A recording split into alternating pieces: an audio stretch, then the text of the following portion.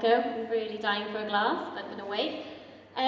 So you're probably wondering who I am. I suppose I'm quite new on the scene and I haven't got much success under my belt, but hopefully that'll change.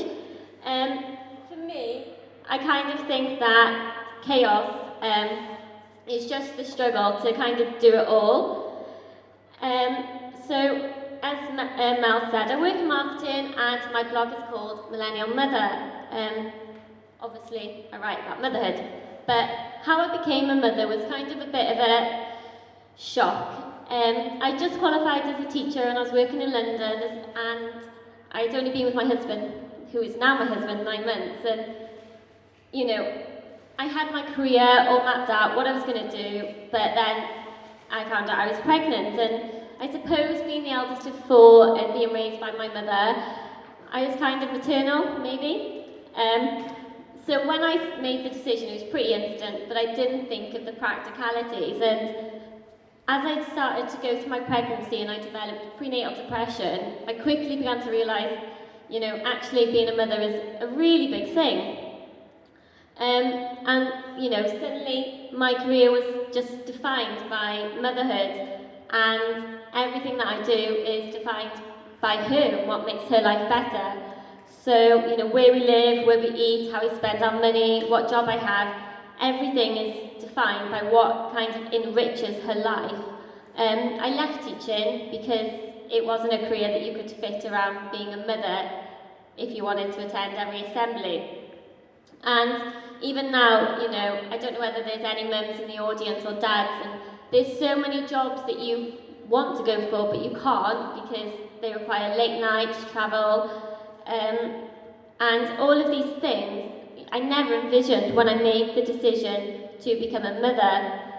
And, you know, Mel said, well, you're a mum, what's the big deal? And I suppose it's this idea that you're second to everything.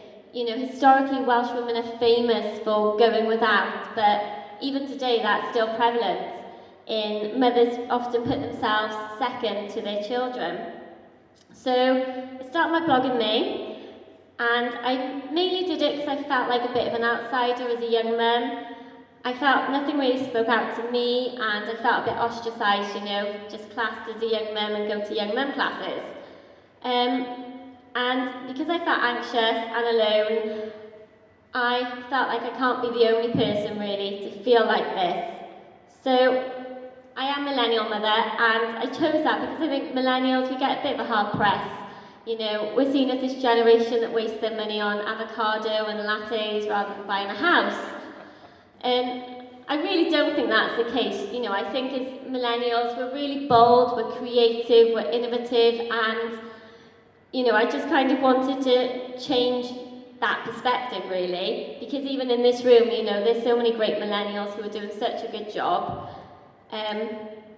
And so as my blog's kind of taken off now, I suppose I don't just want to necessarily focus on being a mum blogger, but because I know there's a lot of them out there, but I think I just want to be a platform for Welsh businesses, because what I find is, you know, you don't really see a lot in social media, especially mum blogs, about people in Wales.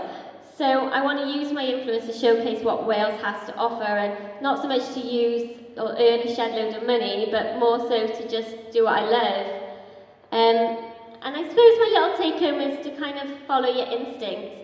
I chose to be a mother quite instinctively, and it kind of led me to write my blog and do what I'm doing now. And you know, even just, yeah, basically just trust your instincts. I didn't think I'd be in this position a year ago, stood here very nervously talking in front of you creative people, but I did it and I followed my instincts. So, yes, thank you.